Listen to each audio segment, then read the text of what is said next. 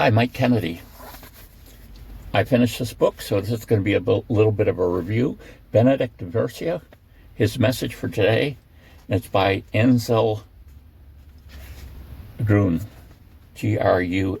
They use got a couple of marks above it. But this is about the same size almost as the Rule. I've got a separate book on the Rule. This is 60 pages. I believe that one's more like 80. But what's going on? Well, I think as within the Catholic Church, and it's happening other places too, people have come to a certain dissatisfaction with the way the church is behaving now. And so it's brought about this return to orthodoxy.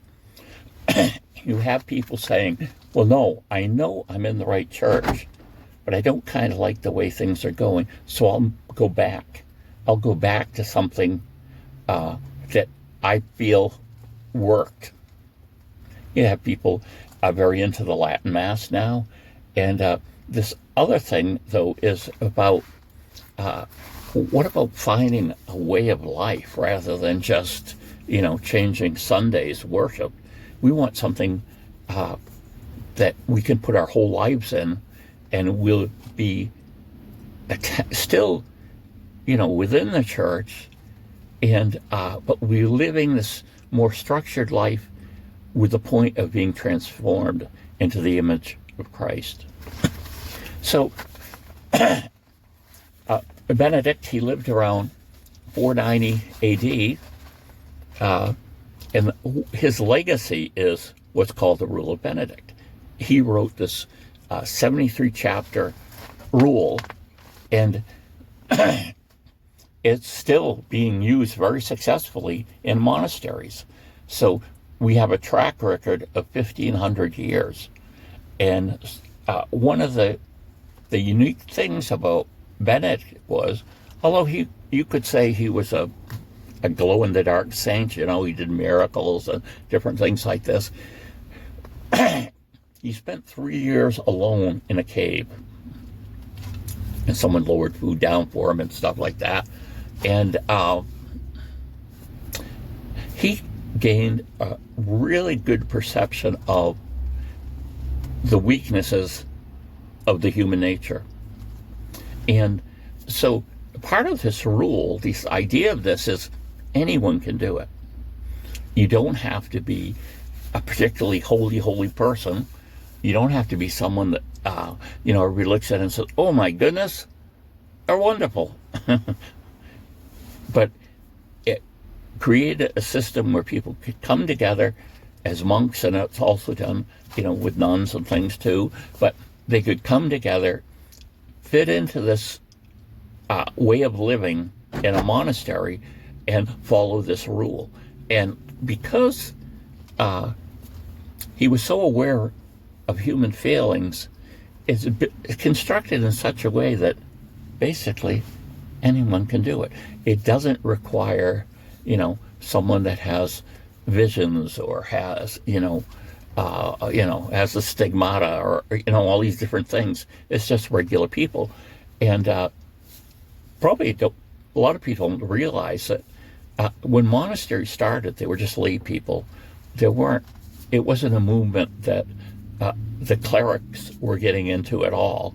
I mean, even when they did join a monastery, they had no additional standing. In other words, say you've got this group of people, a priest comes in, he's at the bottom.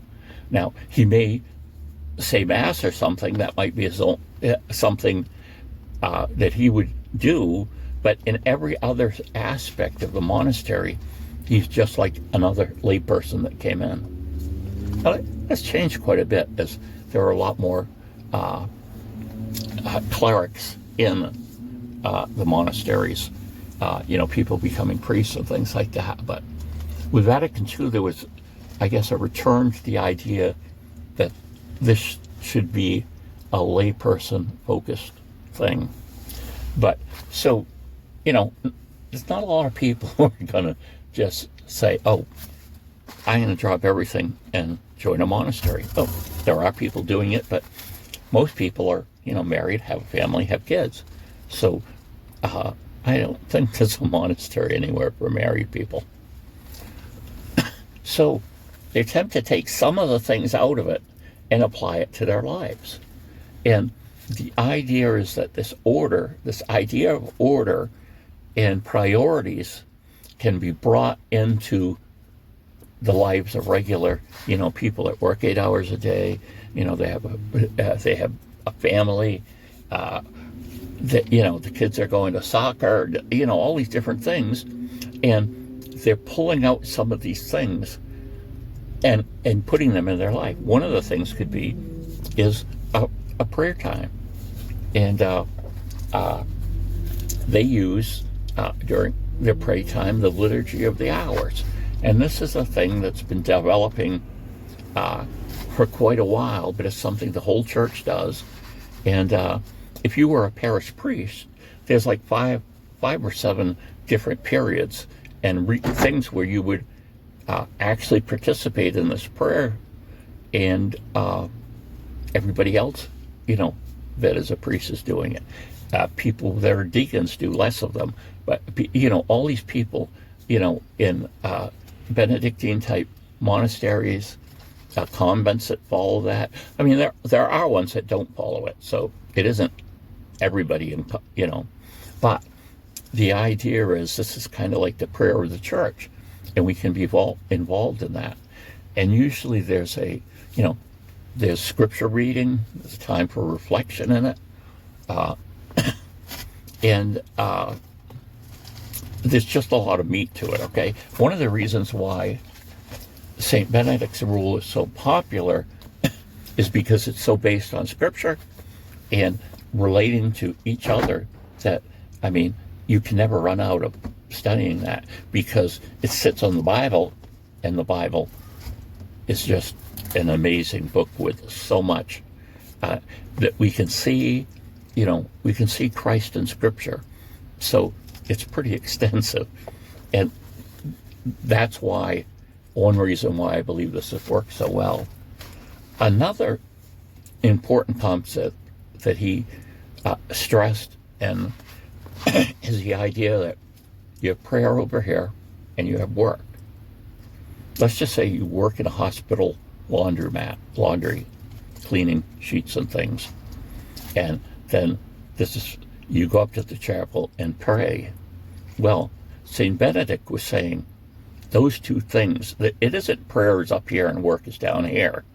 It's that prayer and work are at the same level, because everything we do is in the presence of God. God is everywhere. So we're just as present to God when we're doing our job than when we're praying, when we're at Mass, when we have some spiritual thing happens to us, like you're at a conference or something, and all those sorts of things. Benedict is saying, no, they're on the same level.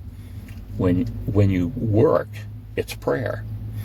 And one of the things he mentions, he says, as part of this, he says, well, if there's a pot in the kitchen, it's just as important as the chalice at Mass.